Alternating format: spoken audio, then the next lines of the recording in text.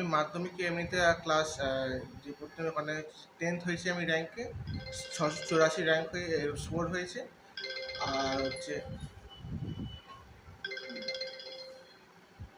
আর এমনিতে মোটামুটি ভালোই লাগছে 684। তো এটা কি আশা করেছিল? আমি সত্যি কথা বলতে গেলে আমি আশা করিনি। তো আমার যা প্রথম দিকে পড়াশোনা বলতে গেলে সেই হিসেবে খুব একটা ঢিলেমি ছিল।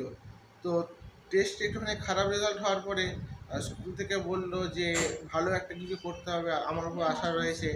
তো তাদের অনুপ্রেরণায় আমার বাবা মা, পারিপার্শ্বিক লোকজন, আমার জেঠুমণি, বড় মা, এনাদের অনুপ্রেরণা ভালোবাসায় এই মোটিভেশনেই আমি হচ্ছে কি না মোটামুটি শেষ 2-3 মাস যেখানে টেস্ট পেপার বেরোলো ভালোভাবেই পড়লাম।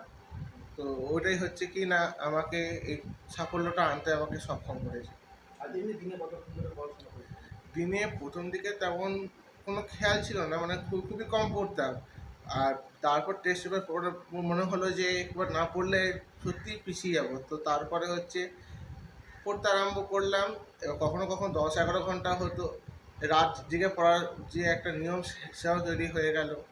এবার তারপর হতো, এবার তখন তো হচ্ছে কি না ভালো করে পড়তেই হবে, তো সময়ের তখন কোনো খেয়াল ছিল না।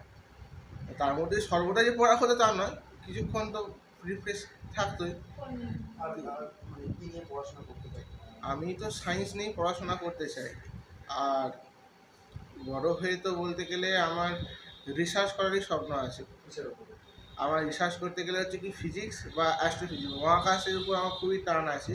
তো ওগুলোকে যদি সেইভাবেই পড়াশোনা করতে চাই, সেরকম পড়াশোনা করলে তবেই সাফল্য আসবে, সেরকম চেষ্টাই করবো আগামী দিনে। আর বলছি এমনি খেলাধুলো তো হয়, তো পড়াশোনা ছাড়া আর কি কি করো? এমনিতে খেলাধুলো এমনিতে খুবই কম হয়, কারণ হচ্ছে কি না বাড়ি আমার যেখানে সেখান থেকে মাঠের দূরত্ব কম, বা আমার অতটাও বাইরে পারিপার্শ্বিক অবস্থা ভালো লাগে না। তো